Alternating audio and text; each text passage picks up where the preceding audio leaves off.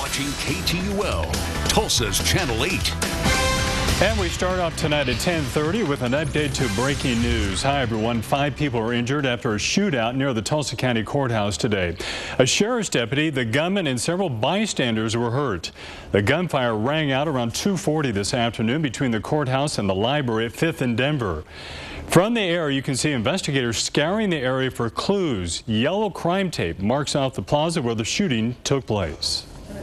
Is 23-year-old Andrew Dennehy. One witness caught the whole incident on camera from a library window. And we must warn you that some of these images are disturbing. Now, the photos show the suspect sitting and walking around waving a gun. You can see deputies in the distance aiming their guns at the gunman. Now, he's shot, and you see him collapsing to the ground. Blood pools around his head and hands as well as his leg, but the suspect did survive his wounds. Now, it was immediate chaos as this shooting unfolded. Right now, we want to break it down from the beginning. Just before 2:40 this afternoon, 23-year-old Andrew Joseph Dennehy walked onto the courthouse plaza. Witnesses say he started firing his gun into the air. Sheriff's deputies inside the courthouse heard the shots, ran outside, and confronted him. Witnesses say Dennehy then fired his gun at the deputies, hitting one of them. Deputies fired back and shot Dennehy. He's in critical condition and in custody. Paramedics took the deputy to the hospital with bandages around his arms. He is expected to be all right. Before it was all over, 3 others were injured. That man was shot by a stray bullet, either from Dennehy's gun or a deputy's weapon. IMSA said they also treated 2 women with injuries.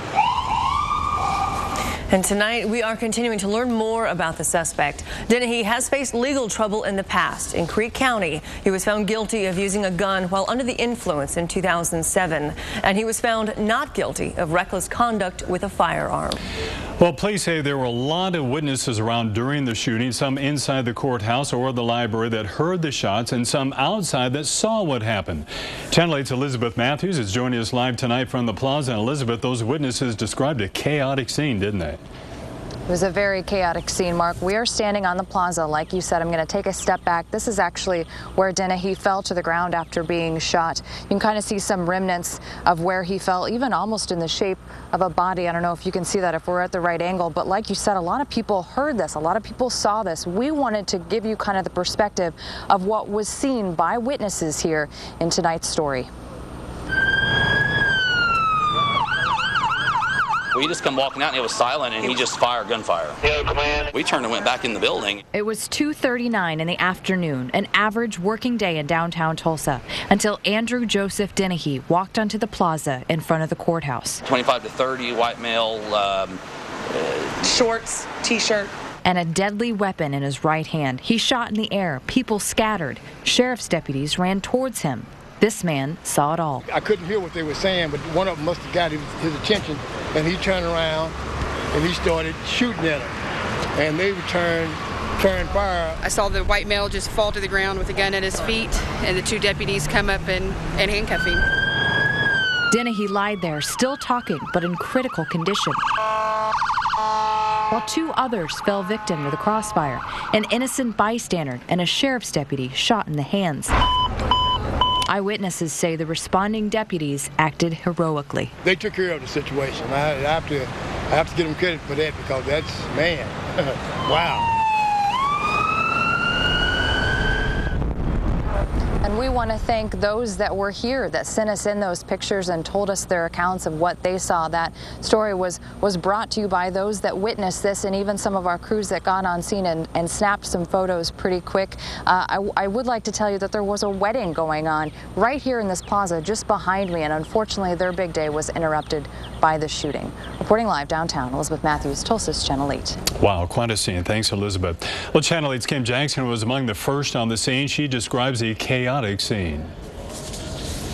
Well, in all the confusion, we could see paramedics walking with gurneys and stretchers. We didn't know where they were going, who they were going to get, so we were watching. And eventually, I did see a young man on a stretcher, and I took out my phone and took a picture.